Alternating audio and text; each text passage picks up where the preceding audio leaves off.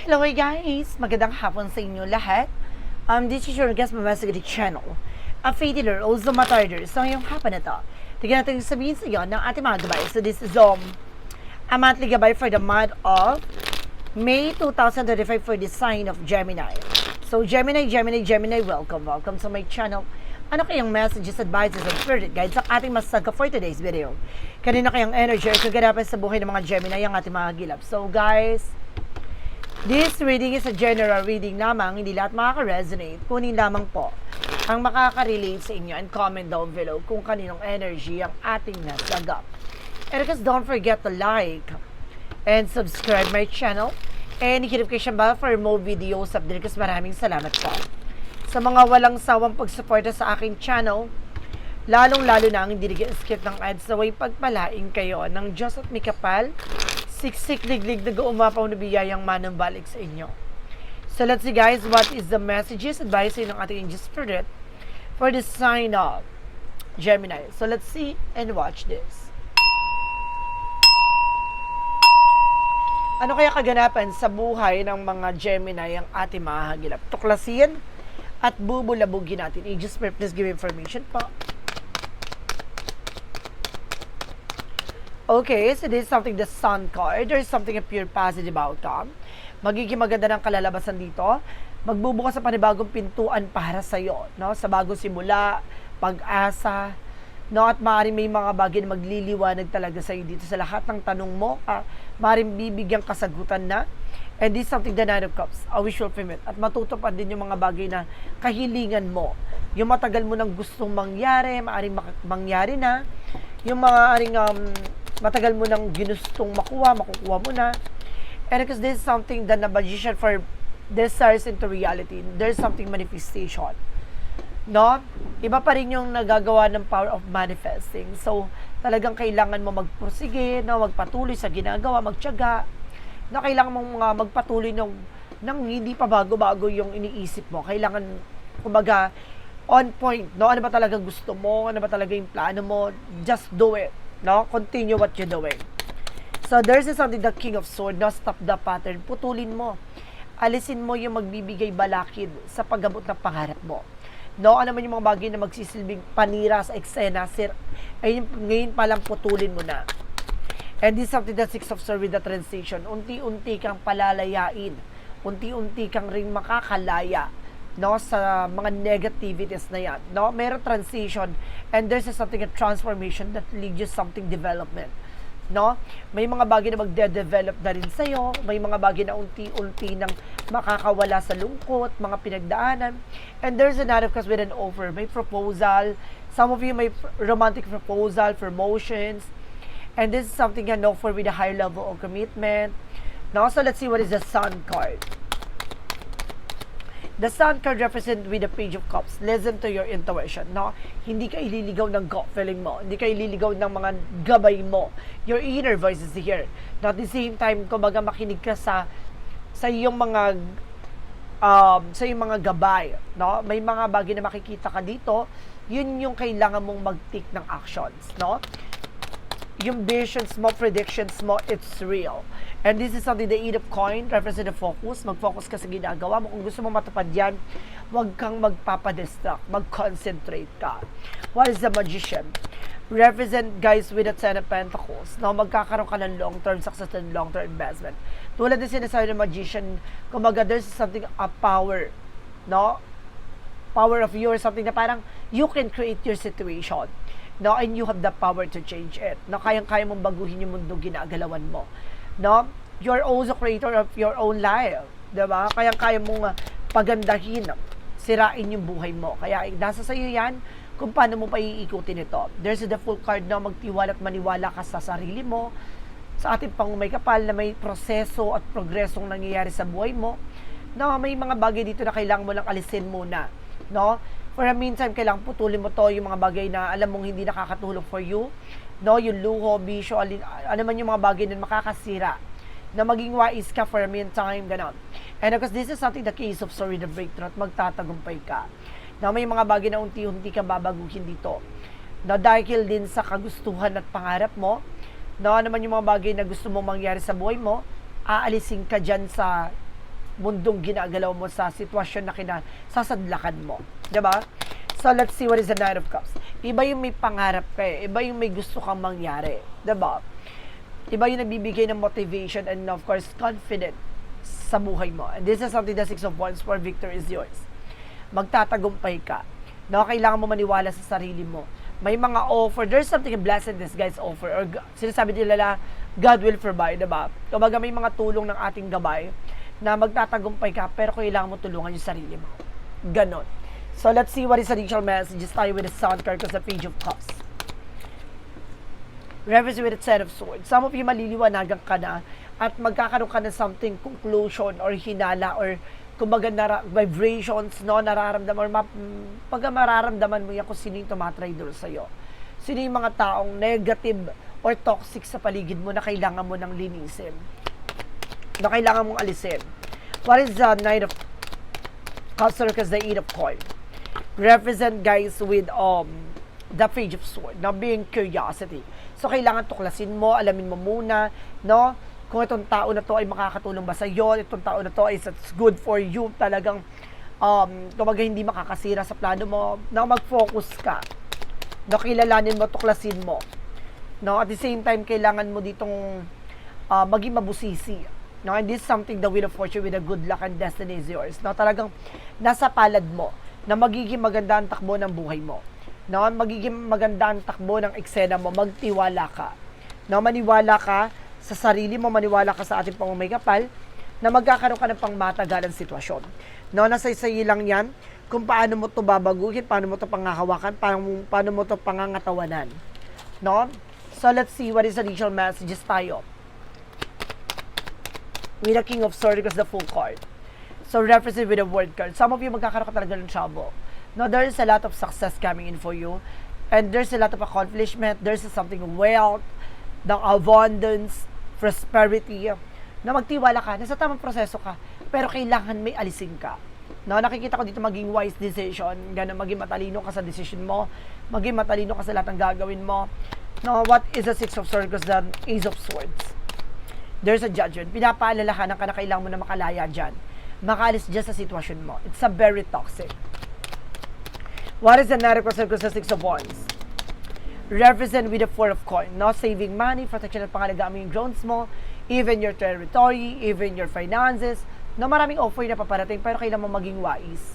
No? Ano yung magiging disadvantage and advantage about decision? Or itong offer na to, ganon. No, titignan mo yung possibilities. What is the outcome? Ang outcome is the King of Coins. Not just being practical. Nagailangan mo maging practical sa lahat ng eksena, magkaroon ka ng security pagdating sa sarili mo, na huwag ka magpapaniwala sa mga taong wala namang ambag sa buhay mo. Ganon. And there's an Empress card, disconnect from the world. No? Kailangan mo magtiwala sa sarili mo, mahalin mo yung sarili mo, alagaan mo yung sarili mo dito. What is the initial messages? Now, there's an Emperor. Maging mature ka sa mga desisyon. Lalo-lalo na sa gagawin mong action. Huwag ka nagpapanimanipula. No? Huwag ka nagpapadikta. No, kailangan pagkatiwala mo yung sarili mo na kayang-kaya mong maging leader ng sarili mong buhay. No, kayang-kaya mong pamunuan, kayang-kaya mong pangatawanan. Kasi magkakaroon ka na pang matagalan eh. Now, this is something, the Six of Coins, na there's a giver receiving something by the universe. Magtutuloy-tuloy na rin daw about sa finances, na babaguhin yung mundo mo dito. Nung yung mga nakasanayan mo ay maaaring hindi na siya ulit. No, ibang-iba na siya sa dating ikaw. No, and there's a Four of Cups, not just re-evaluate or analyze, no? May mga paalala sa'yo dito na kailangang pag-isipan yung bawat offer. Huwag kang sunggab na sunggab, no? Pag-isipan, pagmunihan, no? Kailangan mong bubusisiin lahat ng eksena. What is the initial messages? With the Nine of Cups, because the Six of Wands, because the Four of Coins. Represent, guys, with Five of Swords. Nagkakaroon ng self-sabotage not because of your action. So, just being aware, guys, huwag kang basta-basta magdidesisyon. Huwag kang gagawa ng isang bagay na alam mo ikasisira mo. No? Huwag kang nag-share ng kahit anong information, no? Na alam mo hindi nakakatulong for you. No? Lalo na may mga taong lalapit dyan sa'yo. Akala mo kakampi mo, yun pala, kumukuha ng informasyon para sabotahihin ka, no? Para may masabi sa'yo. Pag napansin mo itong tao na to, it's a very nega. Tapos may mga, alam mo yung nag-share ka ng information, tapos inaano niya, binabalikwas niya, parang instead na unawain ka niya, no, marami siyang nasasabi sa'yo. Ganon. Kaya wag ka nag-share dyan. There's an evil eye. No? Alam mo, ang iba ang atake ng evil eye, they ruin your life. No? They ruin your plan. No? Kayang-kaya niya sirain yung plano mo, pangarap mo. So let's see, hanapin natin anong kaganapan sa'yo pagdating sa finances and career. So let's see and watch this. Let's see what is additional messages for finances and career. And this is something the star card for healing recovery. Makaka-recover ka na. Unti-unti ka nang gagaling sa iyong mga karamdaman. Unti-unti nang gaganda ang sitwasyon mo. Na makaka-recover ka na for financial loss, financial crisis. And there's a Knight of Cups with an offer. Na may proposal dito. Na may engagement dito. Na magkakaroon ka na seguridad. And there's a Queen of Cups, emotional healing. Na magiging kalmado ng emosyon. Yung eksena mo. Magiging kalmado na pakiramdam mo. Parang ka nabunutan ng tinik. Na parang gano'n, parang nawala yung mismong, kumbaga nagiging pabigat sa finances or resource of income mo. And there's something 3 of Wands. There's a waiting for ship. Ngayon naghihintay ka na something document papers, no? Naghihintay ka na resulta, naghihintay ka ng something kalalabasan ng eksena. Some of you magkakaroon ka ng travel, no? There's something business trip. And there's a Knight of Wands for something perseverance. So kailangan mo magtiyaga. No, kailangan mong maghintay ng tamang pagkakataon. Huwag kang magmadali, huwag kang urat. The more na nagmamadali ka, the more ka magkakamali. No? Hayaan mong dumating yung time na para sa'yo talaga yung bagay na yon. So let's see what is additional messages tayo. And there's something, the Four of Swords, no? Kailangan mong ipahinga, makinig ka sa inner voice mo, may paalala with the Temperance, manatiling kalmado. Diyan ka susubukin sa pagiging aggressive mo, no? Kung titignan kung mahaba pa ang pasensya mo, kung magiging kalmado ka ba sa sitwasyon, no? Kung magiging pala decision ka, diyan niya malalaman. Additional messages tayo pagdating sa love life. Sa pag-ibig, guys, there's the lovers talaga. Meron talagang makikilala para sa'yo or maaaring nakilala mo na. Some of you may partnership na, meron ng asawa, may jowa na. Or if you are being single, maaaring magka-asawa ka. No? Magka-jowa ka. And there's a devoted sa very person. Na itong tao na to, it's a very devoted. Na itong tao na to, it's a very provided. No, provider. Kaya kailangan mag-commit ka. No, may mga financial crisis kayong or financial difficulties na pinagdadaanan, it's normal. No? Especially may mga pinag-aaral ka or some of you baka kumbaga may pinagdadaanan kayo with the health issues. No, there's the moon card for to reveal. No, lahat ng mga bagay na dinadaan sa panaginip mo ay kailangan mo mag-pay attention. May mga paalala sa iyo na kailangan mong kumilos, kailangan mong gawin to. Some of you hindi ka makatulog bansa ka. No, hindi ka makatulog sa madaling araw or nagigising ka sa nowhere alas 2, alas 3 na madaling araw. Even 4 a.m. And of course, this is something that's Ten of Cups. Now, there's something and happiness, magiging maligaya ang family mo dito. And of course, this is something the Knight of Swords. No, magiging mabilis ang takbo ng eksena. No? Kumbaga, sa nakaraang eksena, parang ang bagal-bagal ng process, ang bagal-bagal ng nangyayari. Ngayon, bumibilis na. No, what is additional messages?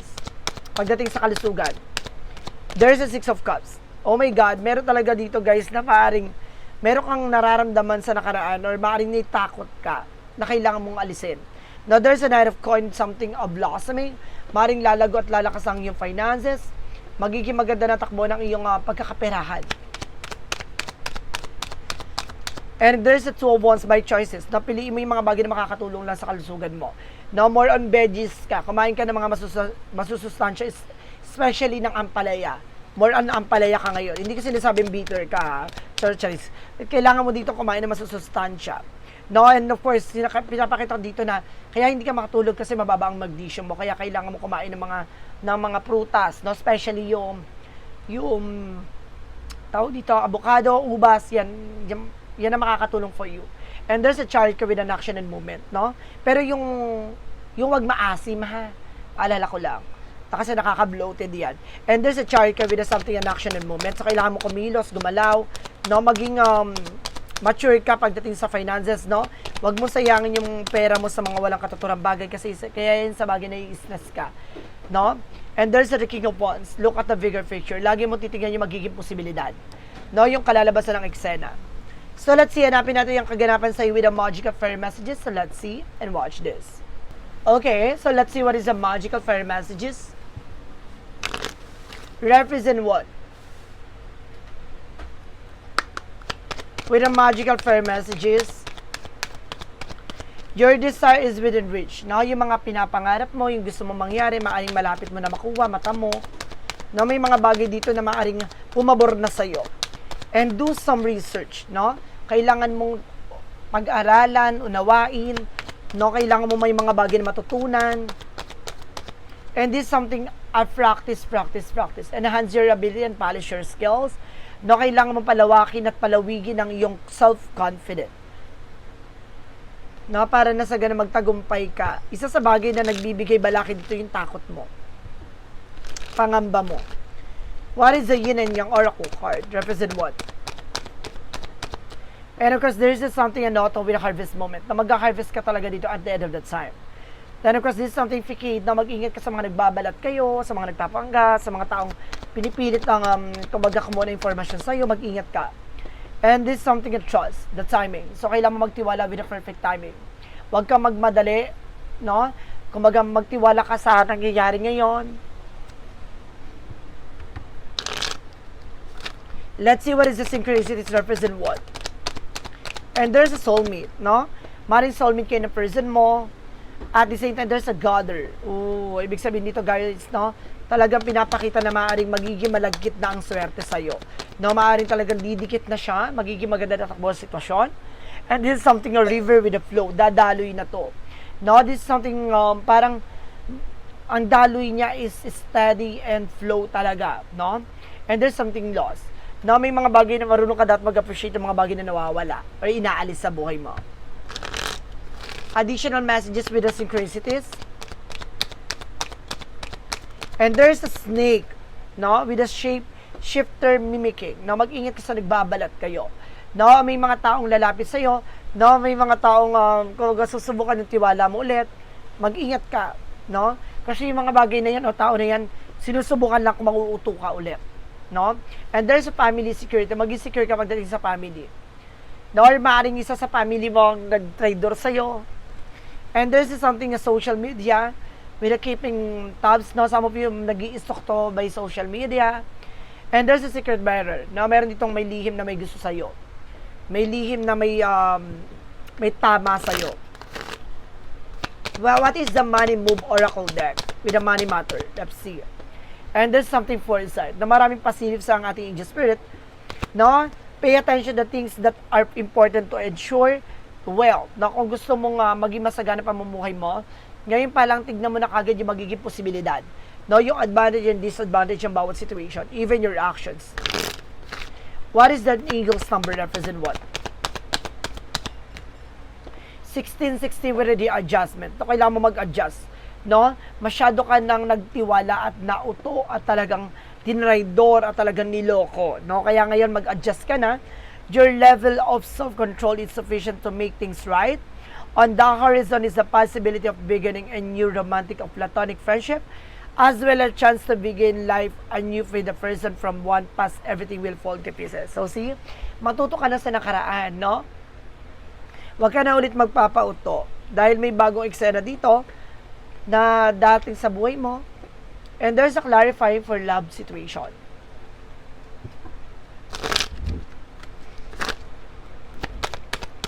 And this is something, a piece of pleasure. Resist the rush, adapt a slower stride, and savor each moment essence. No? Kumbaga, wag mo madaliin.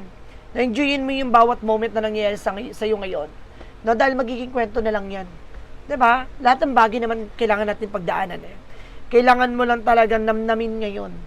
Nalasipin ngayon yung mga bagay kamalian, kabiguan.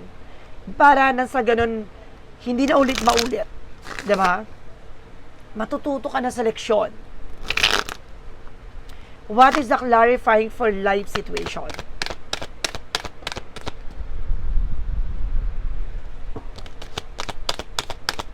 And there's a middle of moments. Bask in the middle of moments where is a present blossom in the simplicity of now. Kumbaga, simplihan mo lang. no? Enjoy mo lang yung bawat ginagawa mo, wag mo masyadong minamadali, wag mo masyadong nira-rush lahat ng bagay, no? Parang gusto mo kasi mangyari na to, gusto mo kasi mangyari na to, gusto mo magkaroon na ng ganito, gusto mo maging okay na to. Just kalma, no? Kumalma ka. Makukuha mo, mararating mo yan. The more na parang minamadali mo yung bawat eksena, lalong bumabagal at lalong tumatagal. No? Enjoy the moment, no?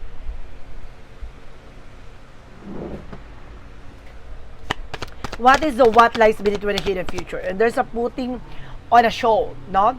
Pero hindi nala ka dito sa kahihiyan, no? Some of you guys, no, meron talaga dito parang nag-ano sa'yo, no? Parang nag-traitor sa'yo, niloko ka, tapos yung akala mong taong matino, yun pala yung taong sumisira sa'yo.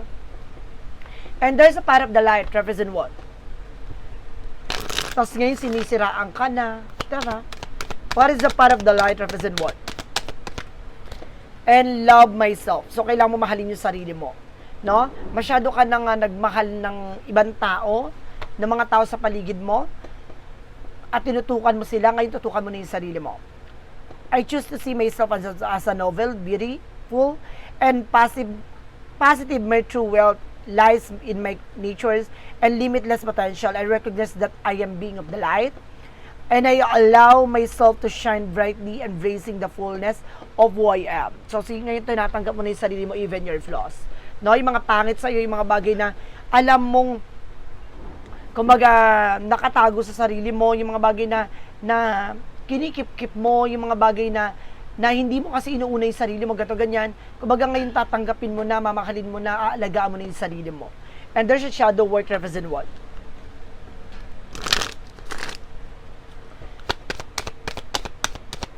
Represent with a spirit awakening. So, ibig sabihin dito, talagang namulat ka or ginising ka sa katotohanan. No? Sit with your shadow, it's the way to enlightenment. No?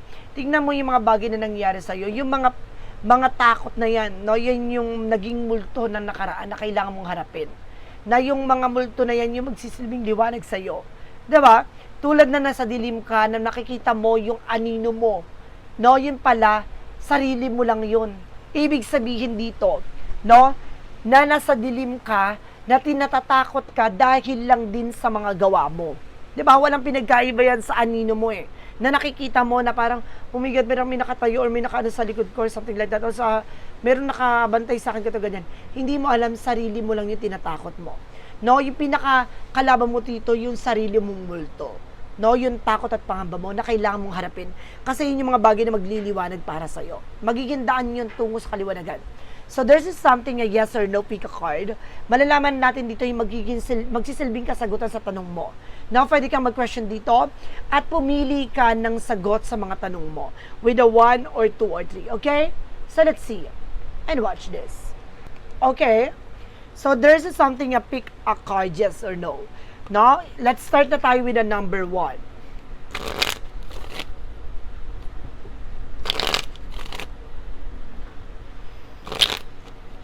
Let's start with the number 1. And there's a yes. Embrace new opportunities and fresh day begin. So, kailangan mo tanggapin yung bagong oportunidad, yung mga bagong posibilidad, no? May bagong araw na sisinag, na may pag-asa.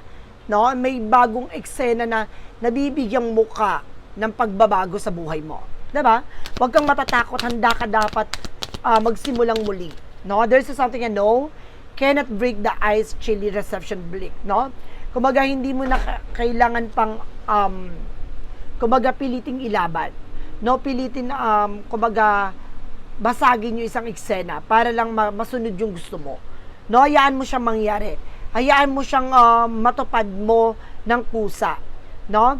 Parang sinasabi dito, huwag kang masyadong maging aggressive sa bawat desisyon. Kailangan mong kumalma at maghintay na makawala at makalaya ka dyan.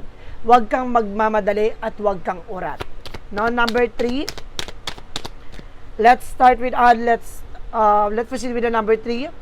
There is something, yes, the golden opportunities, clouds lifting, clear sky. So see, kumbaga sinasabi dito, may magandang opportunities na darating sa iyo na mas kumbaga mas bibigyan ng